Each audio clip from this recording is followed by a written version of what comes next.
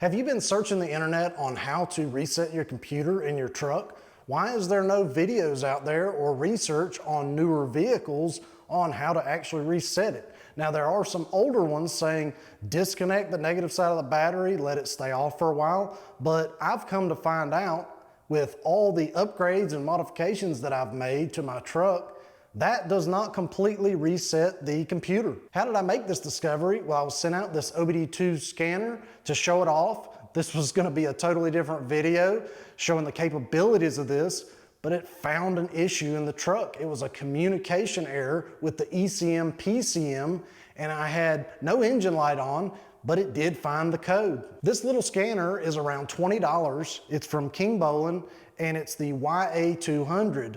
And this scanner found that issue, and it led me to take my truck into a shop. Now Chevy wanted like $250 to reset the computer, but I took it to a local shop and they actually ended up resetting the computer for free. So how do I know that that reset the computer properly and not just disconnecting the battery did anything? Well, I've disconnected the battery 50 times with all the mods I've done, and I've noticed that my auto stop start has not been working for probably 6 months.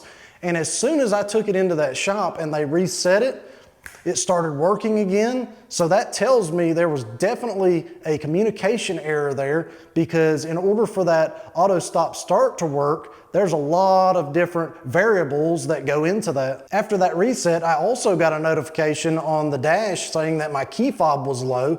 I checked it and sure enough it was. Now, was that a coincidence? I don't know, but it did pop up as soon as he had reset that computer. So after these findings, I am pretty positive that just disconnecting the negative side of the battery, letting it drain, is not resetting the computer 100%.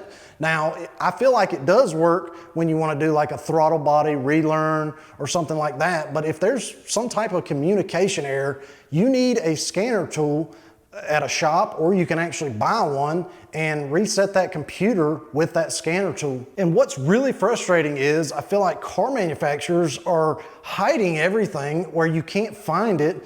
Go try to search how to do any type of reset. It's just tons of different people telling you to reset the battery. There's no proper way, there's no proper instructions on how to do anything. And when you go to try to find it, it's impossible to find.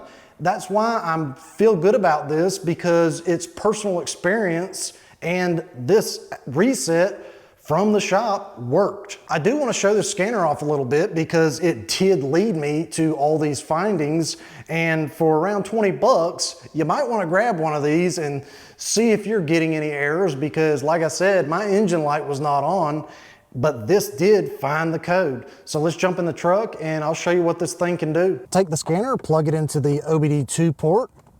Once it boots up, you'll be on this screen. You've got your diagnostics, the DTC lookup, the battery voltage, and your settings. Let's go under diagnostics. You do need to turn on your truck, but you don't have to crank it yet. Here's the screen it'll go to. It'll tell you what all it's monitoring. Just hit OK. And if you go into the ECM PCM, it will read the codes. So if you hit codes, stored codes, you can see there's no codes now. Back out. You can erase the codes with this. You've got live data. We'll show that in a minute. You do have to crank the truck to see that. You can freeze frame vehicle information. This will pull your VIN number and tell you that. The IM readiness, that's if you need an inspection. I don't have to worry about that in my state, but it'll tell you if you're ready for that.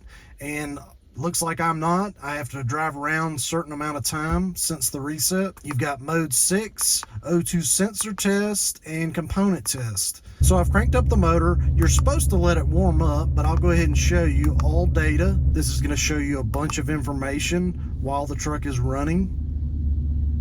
There's your DTC codes. So you see there's 0, and if you scroll down, it shows you all this information. There's your short-term and long-term fuel trims. That's going to come in handy to tell us if we're running lean, running rich. We've done modifications as far as throttle body mass airflow sensor, so that's definitely something that is good to have on this scanner. Let's continue to scroll down and show you what all it has on here. There's the RPMs. It's got all kind of information. There's the mass airflow sensor, what it's getting. And here's your voltages for your oxygen sensors. Let's back out of that and I'll show you the graph display. If you hit OK,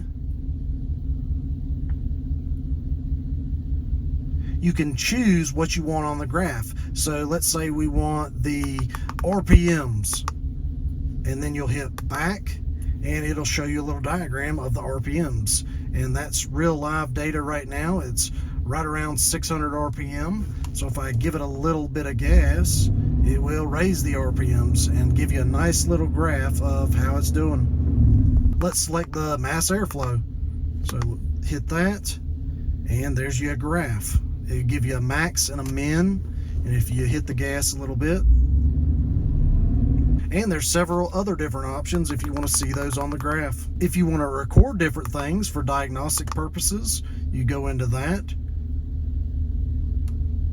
And then you would just select one of the options and memory slot 1, and it is recording.